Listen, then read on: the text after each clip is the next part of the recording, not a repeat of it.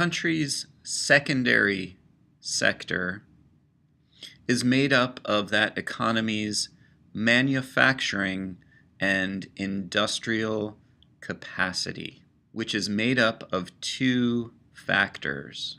One is its ability to turn raw materials into marketable goods, and number two is that country's infrastructure. So back to number one. A country's ability to turn raw materials into marketable goods.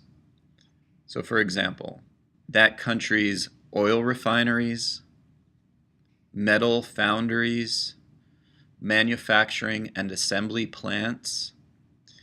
This is all part of a country's ability to turn raw materials into marketable goods. So let's look at the example of oil. And this is also going to illustrate how the primary sector and secondary sector are connected.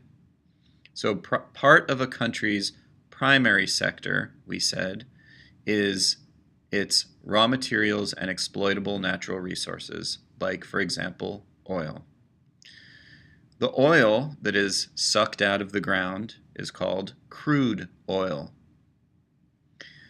In order for oil to have even more value, it needs to be refined and turned into other products.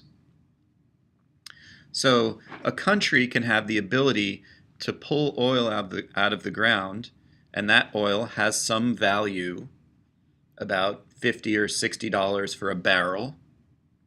But when you take that barrel of oil and you refine it, it has more value. This is what we call a value-added process. So you take that oil, that's part of the primary sector, and if a country also has a good secondary sector, it has oil refineries, then it can take that oil and turn it into something more valuable. Things like gasoline, jet fuel, lubricating oil. These are all things that happen through the refining process, and they add value to that primary sector material. Now, also part of this secondary sector, we said, is that country's infrastructure, which I divide into two different types.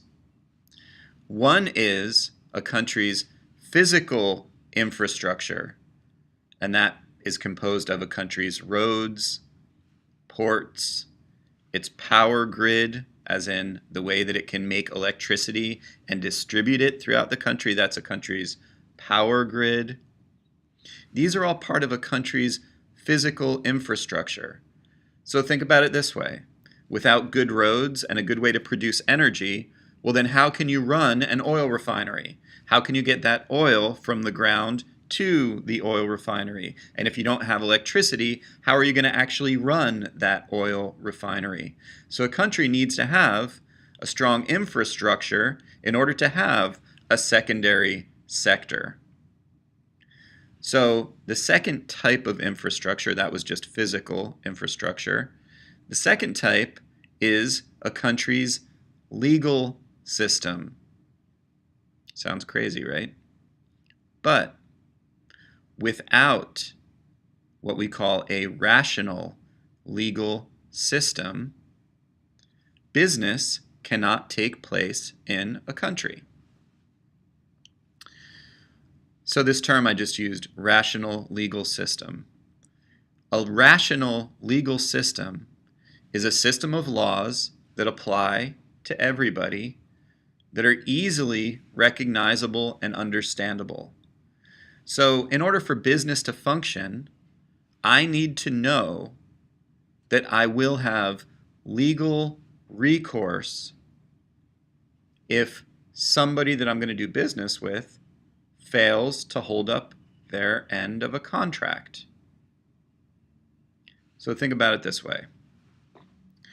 I want to build an oil refinery in a country, the country that's right here, boom. I want to build an oil refinery in that country, right there.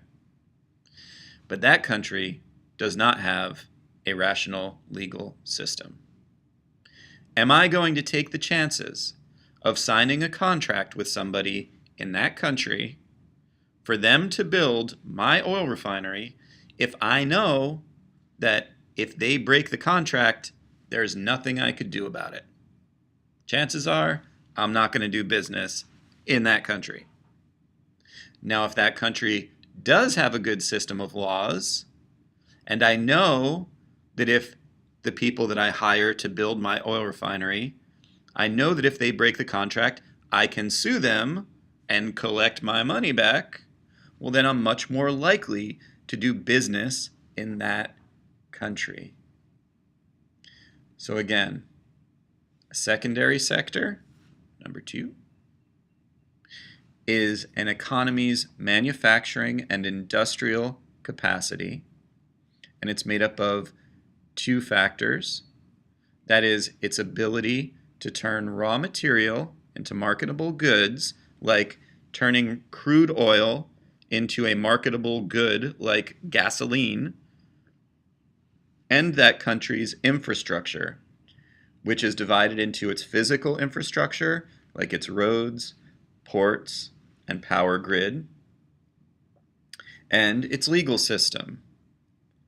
And again, we said without a rational legal system, business will not likely take place on a large scale in that economy.